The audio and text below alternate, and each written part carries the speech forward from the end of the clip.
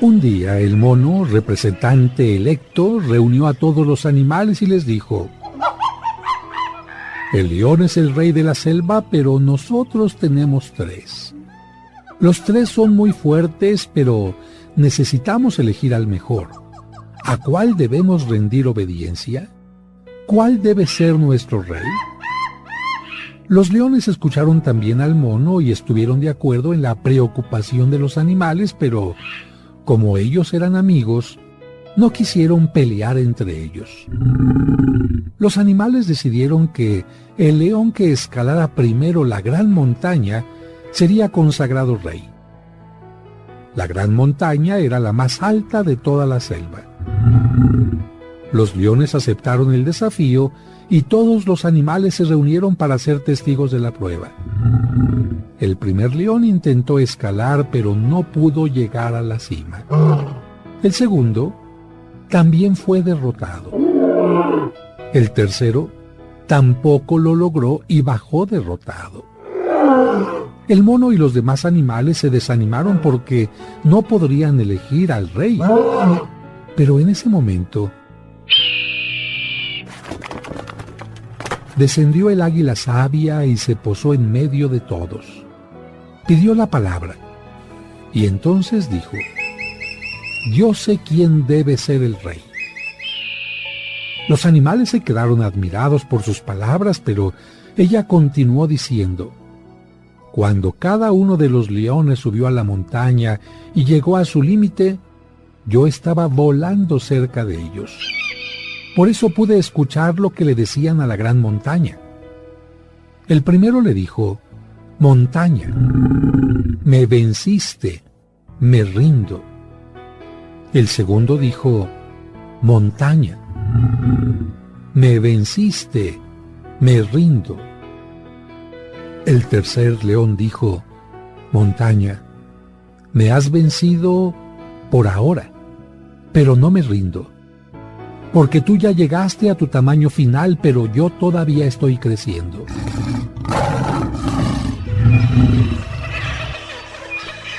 Todos aclamaron al tercer león como rey porque, aunque tuvo una actitud de perdedor cuando sintió la derrota, no desistió. Esto nos enseña que quien piensa así demuestra que su persona es más grande que su problema. Es rey de sí mismo y está preparado para ser rey de los demás. No tiene mucha importancia el tamaño de las dificultades o problemas que tengas. Tus problemas, por lo menos en la mayor parte de las veces, ya llegaron al nivel máximo, pero tú no. Tú todavía estás creciendo y eres más grande que todos tus problemas juntos. Todavía no llegaste al límite de tu potencial y de tu excelencia. La montaña de las dificultades tiene un tamaño fijo, limitado, pero recuerda, tú todavía estás creciendo.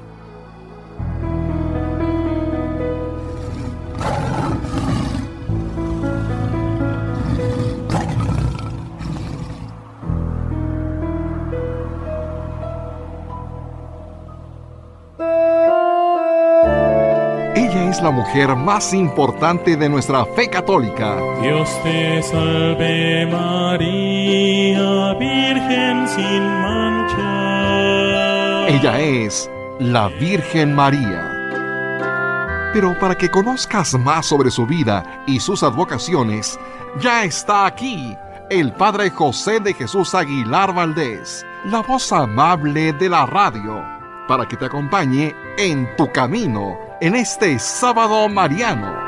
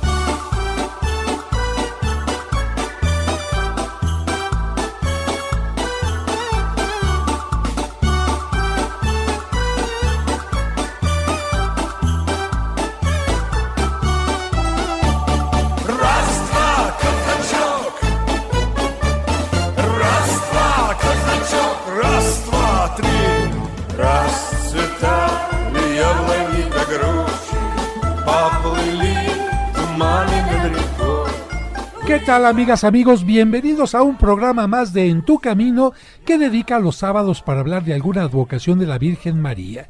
Gracias a esto, ustedes pueden enterarse y conocer cómo son las distintas imágenes de la Virgen María en el mundo y dónde se les venera. Ya hemos hablado de imágenes muy queridas por los mexicanos, como por ejemplo la de San Juan de los Lagos, la de Zapopan, la de Juquila y por supuesto la de la Virgen de Guadalupe. También hemos hablado sobre la de Lourdes, Fátima y otras de origen europeo, pero en esta ocasión nos acercaremos a la imagen más querida para el pueblo ruso. Precisamente por eso hemos iniciado este programa con esta música que algunos pequeñitos, hace algún tiempo bailaban en las escuelas, en los festivales. Y estoy seguro que muchos no conocen esta imagen, la más querida para el pueblo ruso, y por lo mismo será muy interesante hablar de ella y de su entorno. Pero antes de continuar con este sábado mariano y agradecer por supuesto su atención, tu atención, permítame también agradecer la presencia y el trabajo muy valioso de mis colaboradores. En la producción, Sergio Enríquez Morín.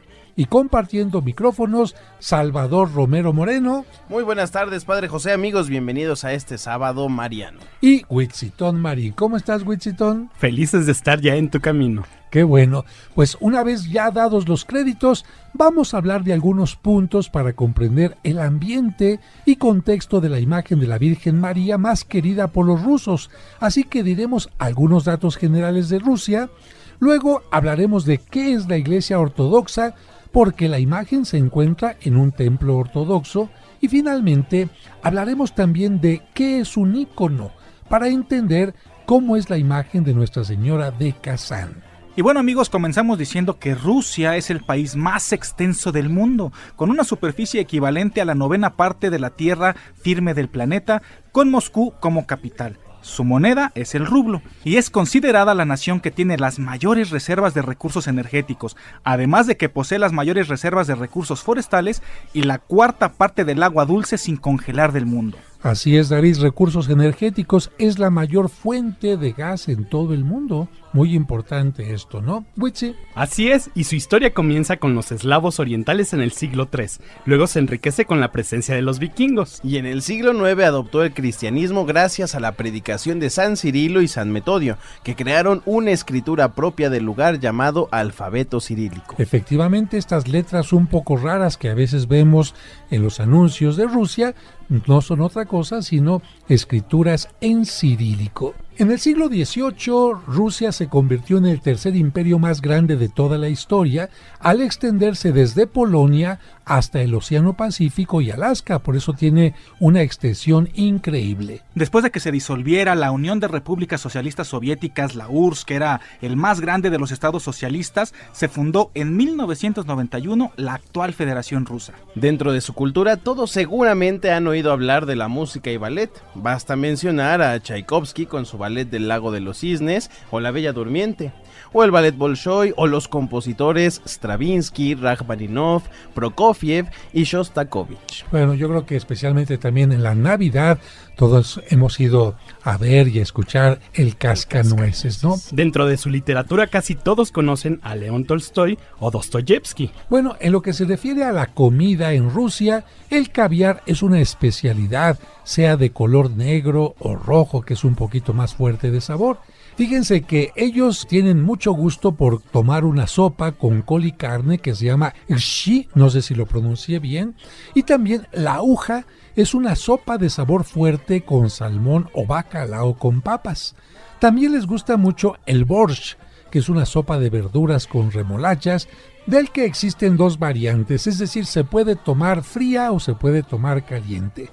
Los pelmeni son una especie de ravioles hechos con pasta, y finalmente el shashlik, que es un plato seco preparado con carne y cebolla. Continuando con el tema gastronómico, amigos, aunque muchos piensan que la bebida típica rusa es el vodka, lo que se encuentra en todas las esquinas y es la bebida nacional es el kvass, conocido por algunos como la Coca-Cola comunista, pero que en realidad es más parecido a la cerveza negra con un saborcito como a pan, porque se hace con harina de trigo, con centeno y cebada, y también pan negro, además de algunas frutas como la manzana. Y como tiene un bajo grado de alcohol, se puede encontrar en todas las calles. Mimex. Quizás la música popular rusa más conocida en el mundo sea Kalinka, compuesta por Iván Larionov en 1860. Amigos, tenemos que ir a un breve corte y al regreso escucharemos parte de este canto Kalinka y después de escuchar una prueba te diremos qué es lo que dice la letra en ruso. No le cambien porque estaremos hablando de la imagen más querida de la Virgen María para los rusos.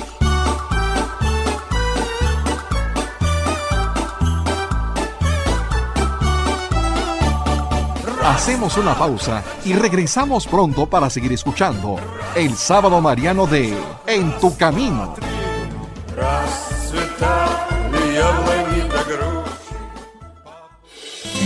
¿Quieres comunicarte con el Padre José? Escríbele a padrejosedejesus@hotmail.com. padrejosedejesus@hotmail.com. Esperamos tus sugerencias y comentarios. Un programa para encontrar la meta. Ella también se ha visto beneficiada con Mimex. Me interesó mucho porque soy una persona que tiene 74 años y vengo de una familia diabética por todos lados y la empiezo a tomar como prevención. Pero en lo que realmente me ha ayudado muchísimo es en la parte del colon. El colon que se me inflama, lo empecé a tomar hace como 8 meses y me sentó muy bien. Ya estoy muchísimo mejor. Realmente es una maravilla. Recuerda que Mimex es un alimento que contiene antioxidantes, aminoácidos, vitaminas, minerales, hidratos de carbono, probióticos y prebióticos de manera natural que son muy benéficos para ti y te harán sentir más saludable.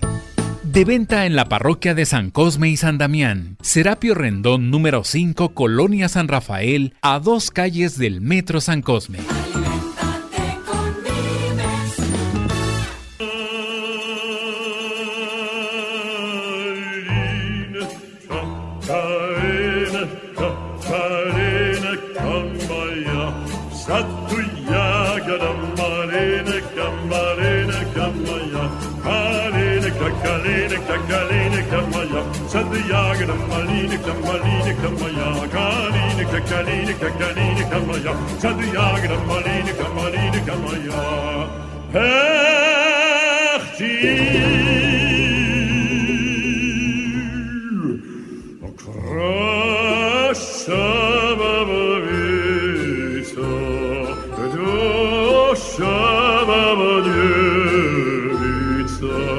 Muchas gracias por continuar con nosotros en este programa y bueno, estamos escuchando todavía de fondo este canto que es uno de los más conocidos a nivel mundial de origen ruso. Y fíjense que, ¿qué es lo que dice la letra? Vallita de nieve. Se refiere a una vara de un arbusto. Vallita de nieve mía. En el jardín está la frambuesita mía. Ah, debajo del abeto, debajo del verde, pónganme a dormir. Ay, luilui, la lui, ponedme a dormir. Bueno, está muy curioso esto. Como que no me sale muy bien la traducción, pero es un canto dirigido a una ramita de nieve. Así se llama, vallita de nieve. No es un copo de nieve, sino será, no sé, la flor de color blanco o alguna cosa así, ¿no? Pero bueno, vamos a continuar con nuestro tema y otro tema popular muy conocido. ¿Cuál es, Salvador? Es el Kazachok, que significa pequeño cosaco.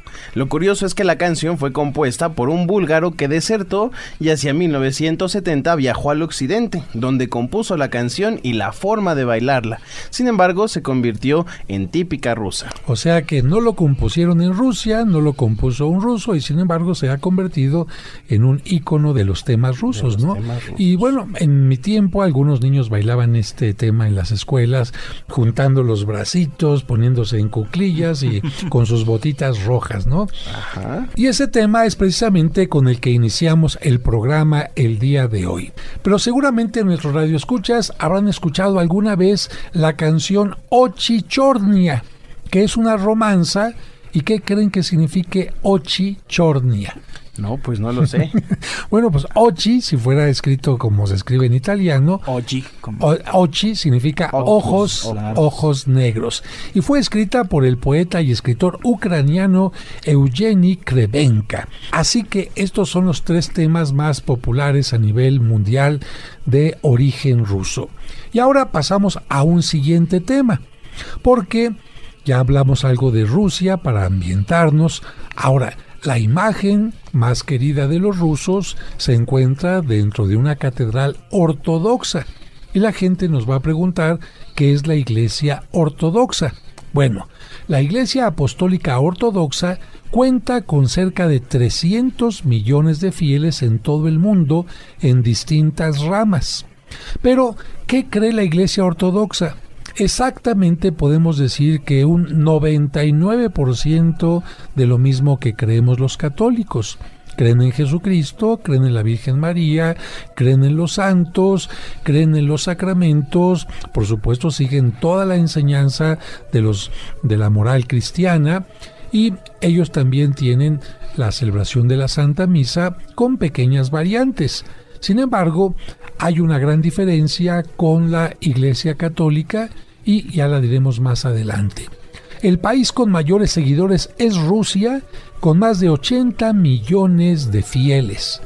La lengua litúrgica principal de la Iglesia Ortodoxa, a diferencia de la Iglesia Católica, que es el latín, para ellos es el griego, aunque también utilizan el árabe, el eslavo y otras lenguas vernáculas. ¿Por qué? Porque en algunas otras partes del mundo la Iglesia Ortodoxa no habla el griego, sino habla el árabe, porque la gente utiliza ese lenguaje como su idioma común, el idioma de todos los días.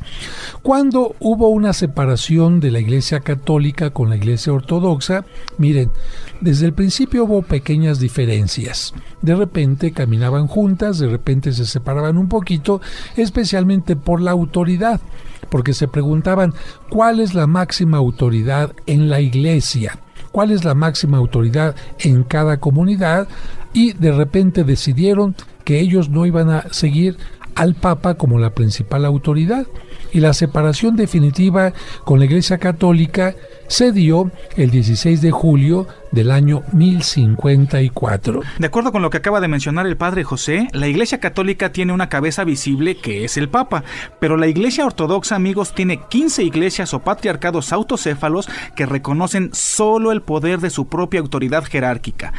Aquí que tiene que quedar muy claro esto, que es autocéfalo. Céfalo significa cabeza.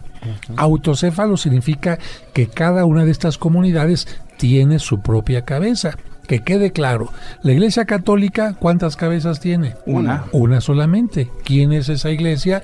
El obispo de Roma. ¿Cómo le llamamos al obispo de Roma? El Papa, precisamente. En cambio, cada una de las comunidades ortodoxas dicen, no, nosotros no vamos a tener solamente una cabeza, sino cada comunidad va a tener su propia cabeza, y en ese sentido son un tanto más independientes.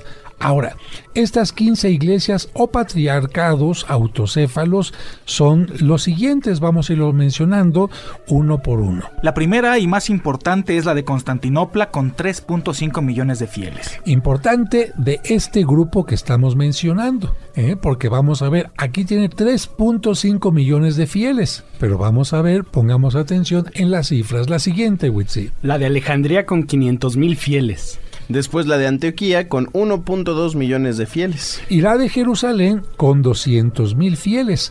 Entre este grupito de 4, unido a la Iglesia Ortodoxa de Roma, la más importante es la de Constantinopla. Pero vamos al siguiente grupo, David. En este grupo está la rusa con 140 millones de fieles. La serbia con 11 millones de fieles. La rumana con 20 millones. La búlgara con 8 millones de fieles. Y la georgiana con 4.5 millones de fieles. Entre estas que acabamos de mencionar, la más importante es la rusa, y además es la más importante entre todos los grupos de la Iglesia Ortodoxa. Y las que faltan son la chipriota con unos 600,000 fieles, la de Grecia con 10 millones de fieles, la albanesa con 400,000 fieles, la polaca y la que forman la checa y la eslovaca con 75,000 fieles. Pero además de estas que hemos mencionado, existe además la Iglesia Ortodoxa que se encuentra en América, que cuenta con 1,000,000 de fieles. Y alguien dirá, por ejemplo, oiga, yo soy de la parte de Antioquía, si me encuentro de repente en América, ¿puedo ir a la iglesia, al templo americano? Claro que sí, porque aunque tengan distintas cabezas, comparten el mismo credo. ¿Cómo le llaman a su cabeza? Pues le llaman patriarca especialmente, y el patriarca tendrá otros obispos que le puedan ayudar en su misión, también tendrá sacerdotes, tendrá diáconos en lo que se refiere a la liturgia. Así como al inicio de la Iglesia Católica, también la Iglesia Ortodoxa tuvo varios concilios, y en un concilio, el de Calcedonia, se consideró que el patriarca de Constantinopla, por haber sido la capital romana del imperio, llega a tener poder también fuera del límite de sus territorios. En el fondo muchos lo ven también como la figura de un papa, muchos. Sin embargo, por la cantidad de fieles ortodoxos que es la mayor en Rusia, el que tiene mayor fuerza de todos es precisamente el patriarca ruso. Vamos a ir a un breve corte y regresamos enseguida para irnos adentrando en la devoción a Nuestra Señora de Kazán.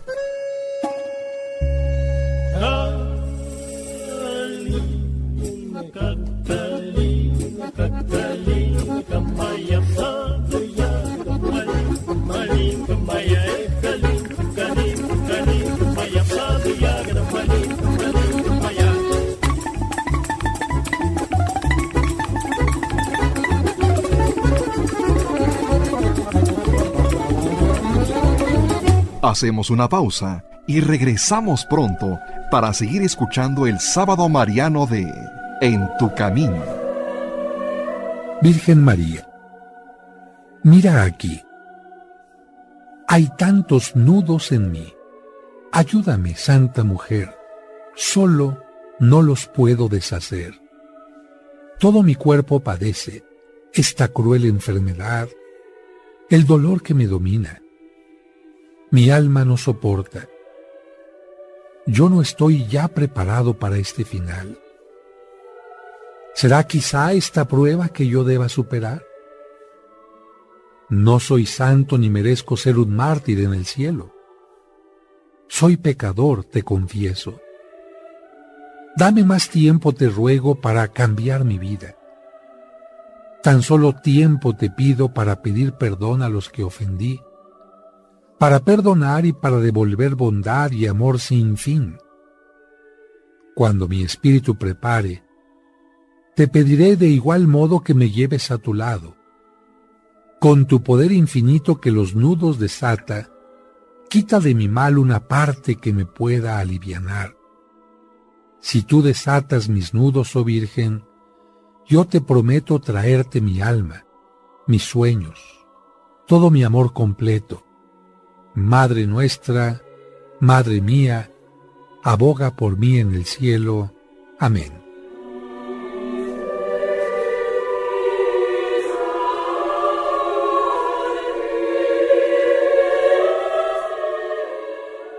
Lamentablemente, muchos que se dicen católicos solo siguen tradiciones, pero no los mandamientos de Dios. Es muy probable que ya hayas escuchado estos cuentos maravillosos que el Padre José comparte a través de este programa o en su canal de YouTube. Eso es cierto. Por eso tú me has enseñado a cuidar mi cuerpo. Así es, debemos ser aseados, cuidar nuestra salud y alimentarnos adecuadamente. Con ellos, tanto los niños como los adultos comprendemos mejor los evangelios que escuchamos cada domingo en la Santa Misa. No seas tonto. Un hijo puedes volverlo a tener fácilmente. En cambio, un tesoro así nunca lo volverás a ver en tu vida. El libro Cuentos para entender el Evangelio reúne todas estas historias que te ayudarán a profundizar en el mensaje de los evangelios que se leerán este domingo y todos los siguientes de manera indefinida. ¿Te gustaría tenerlo o regalarlo a alguien especial? ¿O prefieres la versión digital en tu dispositivo? Pregunta para más detalles al 55 55 66 7744 o al 55 5705 5939. Cuentos para entender el Evangelio. En tu camino, un programa para encontrar la meta. Conoce los lugares más importantes de la Tierra Santa y diferentes santuarios europeos sin salir de casa a través de los videos del Padre José. Hoy te invito a visitar la población de Lourdes en los Altos Pirineos de Francia. Suscríbete a su canal de YouTube y ahí podrás aprender mucho sobre nuestra religión católica. ¿Cómo puedo citar yo un pasaje de la Biblia que me gusta? O bien, ¿cómo puedo encontrar un pasaje de la Biblia que me dieron? Encontrarás cuentos y explicaciones divertidas para los pequeños. Quiero aprender a nadar. ¿Me puedes enseñar? La familia salió del mar y se dirigió a la piscina. Podrás escuchar completos los cursos de autoestima y tanatología. Una persona que no se ama no podrá tener una fuerte y sana autoestima. Además, todos los domingos a las 9 de la mañana podremos celebrar juntos la Santa Misa. Que el Señor esté con ustedes. Y con tu espíritu. Proclamación del Santo Evangelio. No esperes más. Busca su canal en YouTube como Padre José de Jesús Aguilar y suscríbete. El sábado mariano de En tu camino.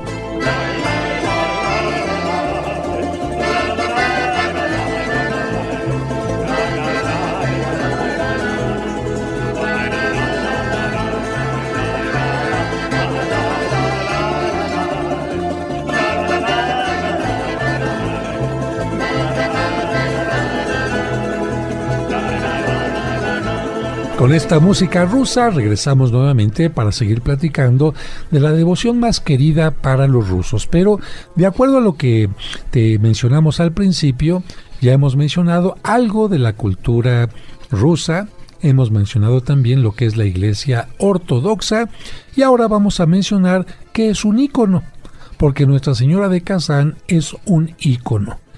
La palabra ícono se deriva de la palabra griega eikon y significa imagen. Por eso algunos dicen ícono o icono, no habría una gran diferencia y se pueden aceptar las dos formas de hablar. Pero para un ortodoxo, ¿qué es un ícono? Es una imagen. Y ellos pueden hacer imágenes de Cristo, pueden hacer imágenes de Dios Padre, pueden hacer imágenes del Espíritu Santo y también de todos los santos o de pasajes bíblicos. Sin embargo, tienen algo muy claro. No pueden hacer ninguna imagen que sea en tercera dimensión. Concretamente, no pueden hacer esculturas. Las imágenes únicas que aceptan los ortodoxos son pinturas. Y estas, cuando mucho, pueden tener una cubierta en hoja de oro, de plata, de estaño, a través de una técnica que se llama repujado, que aquí en México se está usando mucho también.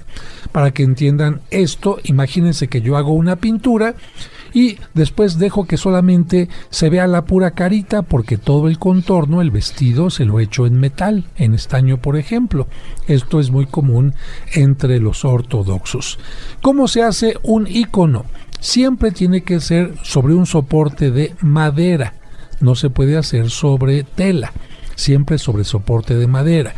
Después de preparar la madera, el religioso que lo hace, porque pintar un icono es como hacer una oración, como dedicar su vida a algo, su tiempo a algo. Mientras se pinta se tiene que estar haciendo oración, se tiene que cubrir totalmente de hoja de oro, que indica me estoy adentrando al mundo de lo divino, al mundo de lo sagrado. En los iconos no hay paisajes, porque el paisaje hace referencia a la tierra, en cambio la hoja de oro significa hago referencia a lo divino del santo, de Cristo o de la Virgen María, y después voy a tratar que mi representación no sea el retrato natural en forma real del personaje, sino una estilización a través de líneas.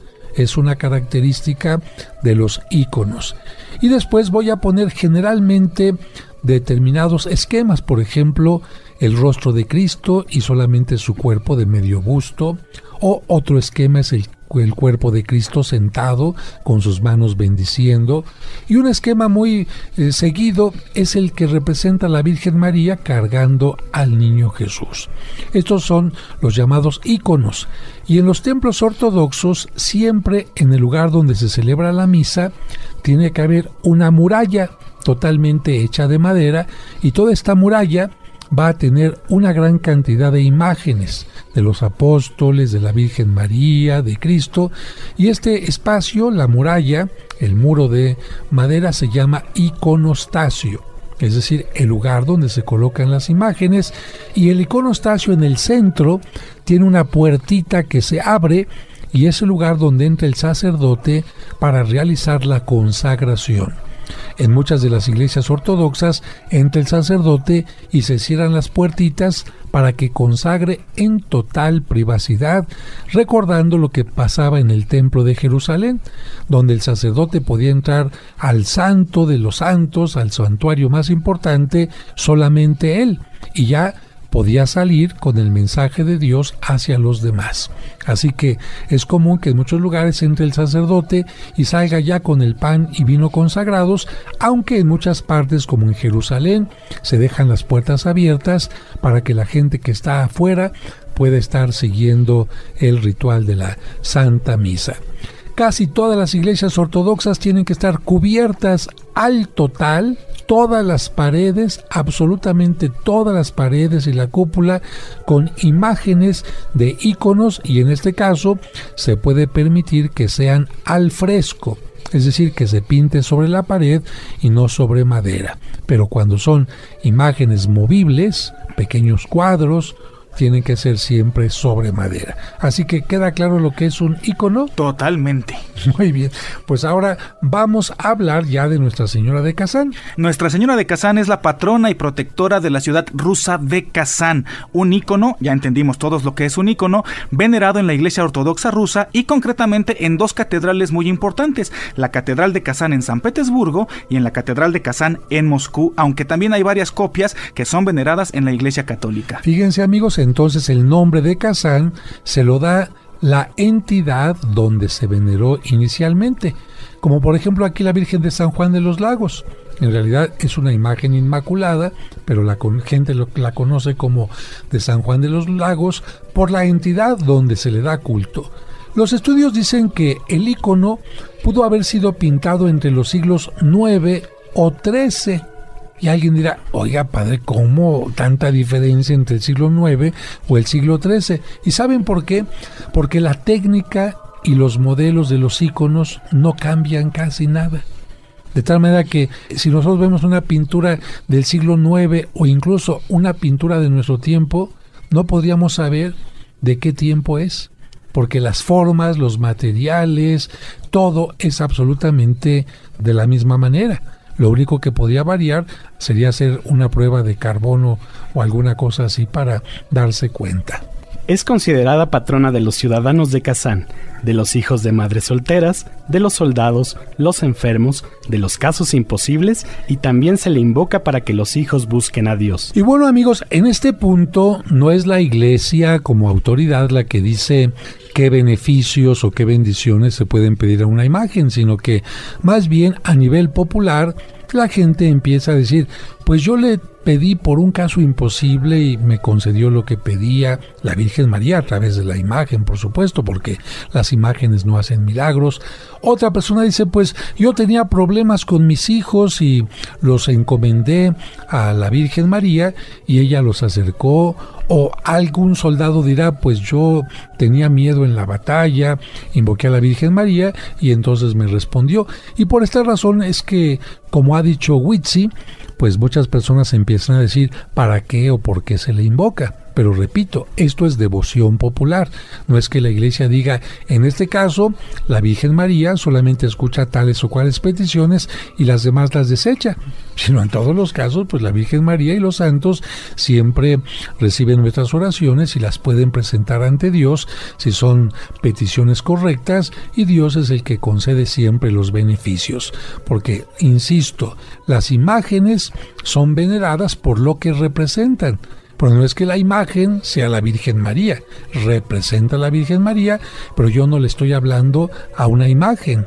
A través de la imagen estoy teniendo el contacto con la Virgen María, ¿no?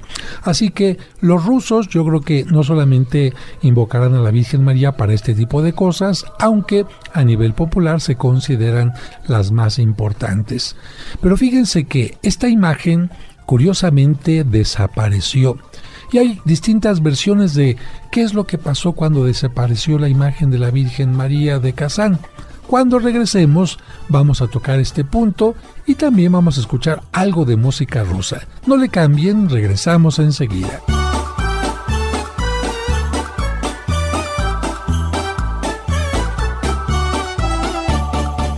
Hacemos una pausa y regresamos pronto para seguir escuchando el Sábado Mariano de En tu Camino.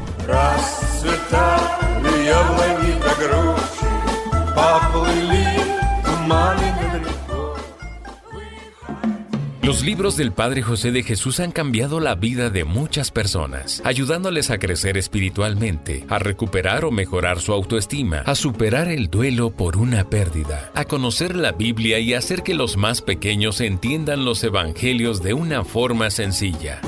¿Ya tienes alguno de sus libros? Si no los conoces, es el momento perfecto para descubrirlos. La Transformación, Cuentos de Luz y Esperanza. Pregúntale al Padre José. El Camino del Amor. 365 días para acercarse a Dios. Cuentos para entender el Evangelio. El día que Santa Claus lloró y otros cuentos de Navidad. Un momento para ti. Iconografía mariana. Milagros e historias fantásticas y muchos más. Adquiérelos en la parroquia de los Santos Cosme y Damián, Serapio Rendón 5, Colonia San Rafael, a 2 calles del Metro San Cosme o a 3 calles del Metrobús Revolución. Pregunta también por la versión digital enviando un mensaje de WhatsApp al 55 55 66 7744 o al 55 5705 5939. Camino. Al reunirnos en nombre del Señor. En el nombre del Padre, y del Hijo, y del Espíritu Santo. Amén. Amén. La Santa Misa, celebrada por el Padre José de Jesús Aguilar Valdés, todos los domingos a las 12 del mediodía, aquí, en tu camino. Cristo está en medio de nosotros.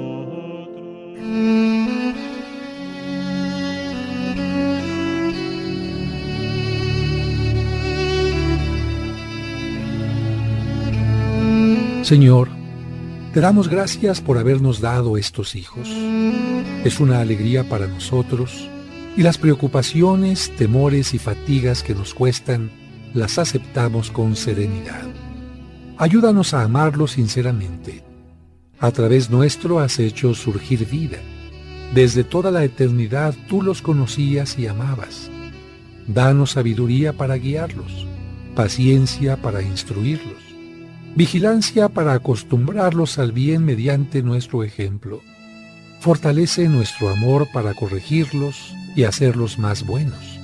En ocasiones es tan difícil comprenderlos, ser como ellos nos desean, ayudarlos a hacer su camino. Enséñanos tú, Padre bueno, por los méritos de Jesús tu Hijo y Señor nuestro. Amén.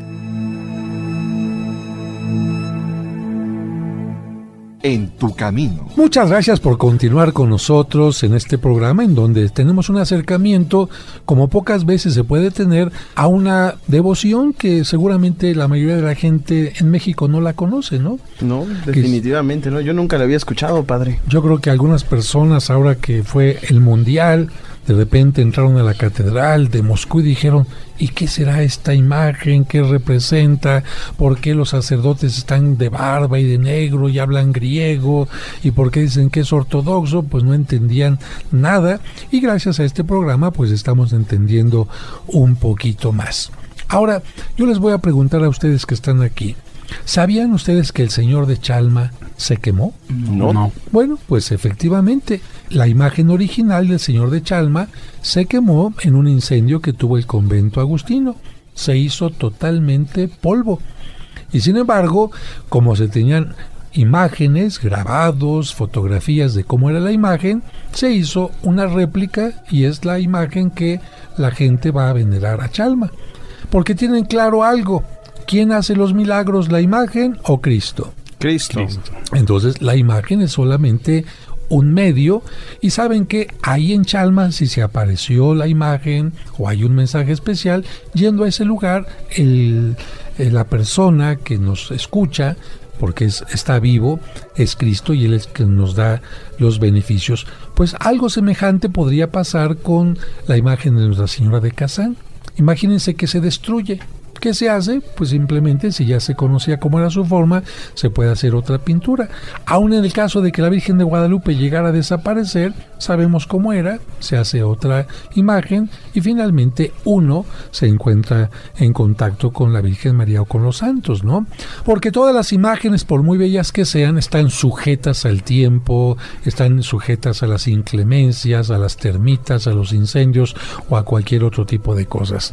Pero vamos a ver qué pasó con la imagen de Kazán, David. Durante el siglo XX la imagen desapareció y se perdió sin dejar rastro alguno, por lo que surgieron diversas historias. Una de ellas menciona que en la noche del 29 de junio de 1904 el ícono fue robado de su iglesia en Kazán y que los ladrones, en acto de sacrilegio, lo cortaron en pedazos y lo quemaron. Otra versión dice que para protegerla de los comunistas que convirtieron la catedral de Kazán en el Museo del Ateísmo, la imagen fue llevada a un monasterio de los bosques de Siberia, aunque la verdad es que se encontró en Estados Unidos, donde fue subastada y comprada por un inglés, y a la muerte de este volvió a ser subastada y comprada en 1970 por una organización católica mariana llamada el Ejército Azul, dedicada a promover los mensajes y la espiritualidad de la Virgen en Fátima. Recordemos que en las apariciones de Fátima, la Virgen pidió que se rezara por la conversión de Rusia y prometió que al final su corazón inmaculado triunfaría. Gracias a los esfuerzos de este llamado Ejército Azul, la imagen comenzó a ser venerada nuevamente en forma pública entre los católicos, ya no por los ortodoxos, sino ahora entre los católicos, y se organizó una gran campaña de oración por todo el mundo siguiendo las peticiones de Fátima. ¿Pero dónde se hizo esto? De hecho, el ícono de la Madre de Dios de Kazán llegó con el Ejército Azul a Fátima, donde se le colocó en una capilla justo detrás del santuario de la Virgen de Fátima, con la intención de devolverlo a Rusia cuando se convirtiera. En 1993, esta imagen se entregó al Papa Juan Pablo II y se conservó durante más de 10 años en los departamentos del Papa. Lo cierto es que Juan Pablo II tenía el ardiente deseo de ir a Rusia y entregarla personalmente al patriarca ortodoxo ruso de Moscú, pero como no pudo lograr su sueño de ir a Rusia, decidió enviar el ícono al patriarca Alejo II y a través de él a la Santa Iglesia Ortodoxa Rusa y a todo el pueblo ruso. Así, el 25 de agosto de 2004, después de un solemne acto de despedida y veneración al que asistieron 7,000 peregrinos, Juan Pablo II entregó a una delegación vaticana el ícono de la Madre de Dios de Kazán para que lo llevara al patriarca ruso. En cuanto a los dos lugares donde se venera, tenemos que decir que la Catedral de Nuestra Señora de Kazán, en Petersburgo, es donde tiene mayor veneración. Fue construida entre los años 1801 y 1811 en estilo neoclásico. El otro lugar donde se venera es una reconstrucción de la iglesia original de 1625 que lamentablemente fue destruida por órdenes de Losif Stalin cuando era secretario general del Partido Comunista de la Unión Soviética en 1936. La reconstrucción de esta iglesia se llevó apenas a cabo de 1990 a 1993. Y ambas catedrales, como la mayoría de los templos ortodoxos, brazos tienen cúpulas en forma de cebolla con punta hacia arriba. Y bueno, ¿cómo es la imagen de Nuestra Señora de Kazán? Está pintada, ya hemos dicho es un icono, sobre un fondo dorado y la presenta del busto hacia arriba. Tiene túnica azul y manto color rojo. Aunque no se ven las manos de la Virgen, sobre ellas está de pie el niño Jesús con una túnica de color azul y un manto de color rojo. No se le ve su mano izquierda, pero su mano derecha tiene el gesto de estar bendiciendo. Hay que recordar que cuando se pinta a la Virgen o a Cristo con los colores rojo y azul, se está haciendo alusión al cielo y a la tierra. El cielo está representado por el color azul y el rojo por la relación con la sangre a la tierra. Unir estos colores significa que en Cristo y en la Virgen María se unen el cielo y la tierra. El manto de la Virgen tiene 3 estrellas que indican que ella fue virgen antes, en y después del parto. Tanto la Virgen como el Niño Dios tienen una corona con piedras preciosas, terciopelo y en su remate tiene una cruz.